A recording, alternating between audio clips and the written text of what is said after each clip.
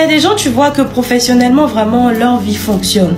Genre, tu vois qu'ils ont la grâce au niveau du travail et que, genre, les choses arrivent à fonctionner pour eux et que, voilà, quoi, genre, ils arrivent à évoluer, à percer, à se faire de l'argent, etc. Et toi, en fait, tu aimerais connaître la même évolution, genre, la même percée au niveau de ta vie professionnelle.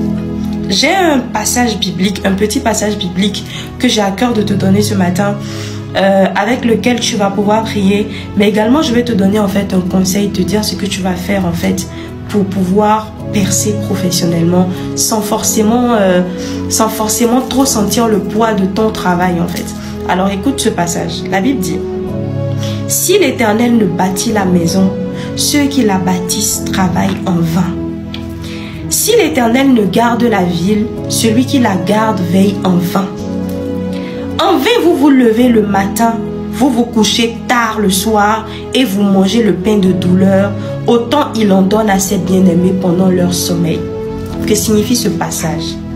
Tu vois là, le dernier verset que j'ai lu là, ça dit que pendant que tu es en train de t'échiner et de te battre et de te lever tôt et de dormir tard, il donne autant d'argent à ses bien-aimés pendant leur sommeil, pendant qu'ils dorment. C'est pas une invention, c'est dans ma Bible ici, hein, c'est dans le psaume 120, psaume 127. C'est le psaume 127, un passage du psaume 127 que je viens de lire. Et donc c'est pour dire qu'en fait, il y a des gens, effectivement, Dieu va les bénir en fait, sans qu'ils aient besoin de fournir des mêmes efforts que tu fournis. Ils vont avoir en fait la bénédiction dans leur travail. Et comment réussir en fait à bénéficier de cette grâce du Seigneur? Il faut pouvoir demander au Seigneur, est-ce que tu es dans le secteur d'activité dans lequel il veut que tu sois? En fait, c'est parce que tu ne sais pas que Dieu, c'est un Père. Il a autorité sur toi. Et donc, c'est à lui de te dire, en fait, le secteur d'activité dans lequel tu dois être.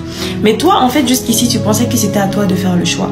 Toi seul, tu choisis. Peut-être que tu travailles dans une société dans laquelle les potentialités que Dieu a mis en toi ne peuvent pas éclore. La Bible dit qu'il connaît le nombre de cheveux qu'il y a sur ta tête. C'est pour dire qu'en fait, il te connaît profondément. Il te connaît mieux que personne. Et donc, si tu vas réussir à percer, à avoir du succès quelque part, c'est lui qui sait dans quel secteur ça peut marcher. Mais tu essayes avec tes armes humaines, tu réfléchis, tantôt tu es dans ceci, tantôt tu es dans cela, ça ne peut pas marcher pour toi. Parce que écoute, le premier verset que j'ai lui dit: si l'Éternel ne bâtit la maison, ceux qui la bâtissent travaillent en vain. Ça signifie que tout ce que tu fais comme travail, c'est inutile si ce n'est pas Dieu qui travaille ça pour toi.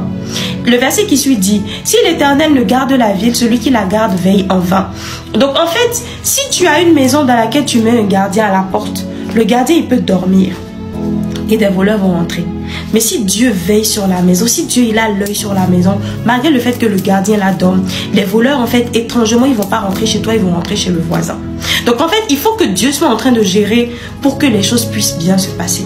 Et donc c'est pour ça que je te disais, je te donne ce psaume là, tu peux lire le psaume au complet, c'est le psaume 127 et prier avec ça. Mais avant que ça puisse vraiment fonctionner dans ta vie, il faut que tu sois dans le secteur d'activité dans lequel Dieu te veut. Il faut que tu demandes au Seigneur: Seigneur, dans quel secteur d'activité dans quel secteur d'activité tu me veux? Donne-moi un signe que c'est ici que tu me veux.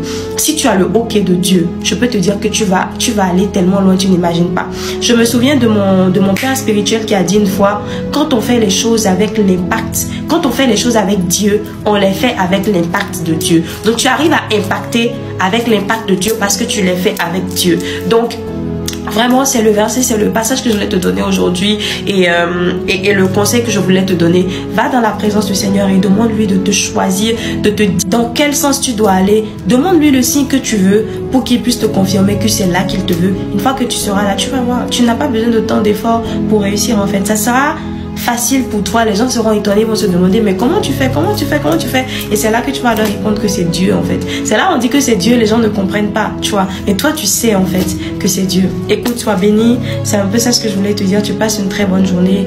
Que le Seigneur te bénisse, qu'il bénisse ta vie professionnelle et que tu sois un témoignage vivant et puissant pour toutes les personnes qui te connaissent et qui t'entourent. À très bientôt.